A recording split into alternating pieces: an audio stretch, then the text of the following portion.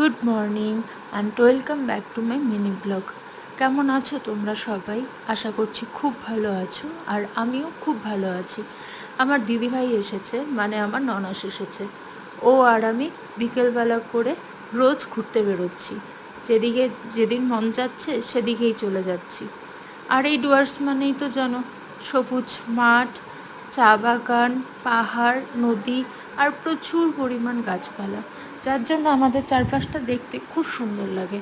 আর এই যে রাস্তাটা না আমাদের বাড়ির খুব কাছেই, সেজন্য আমরা হেঁটে হেঁটে ঘুরে বেড়াচ্ছিলাম আর গল্পও করছিলাম। খুব ভালো লাগছিল হাঁটতে।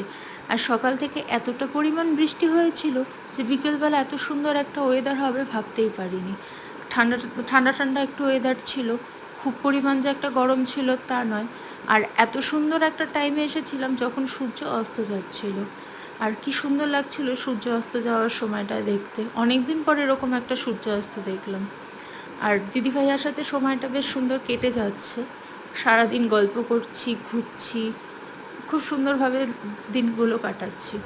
ও যখন আসে আমরা এতটাই মজা করি, সব সময়ের জন্য খুব ভালো হয়, ভালো লাগেও বেশ মজা করতে।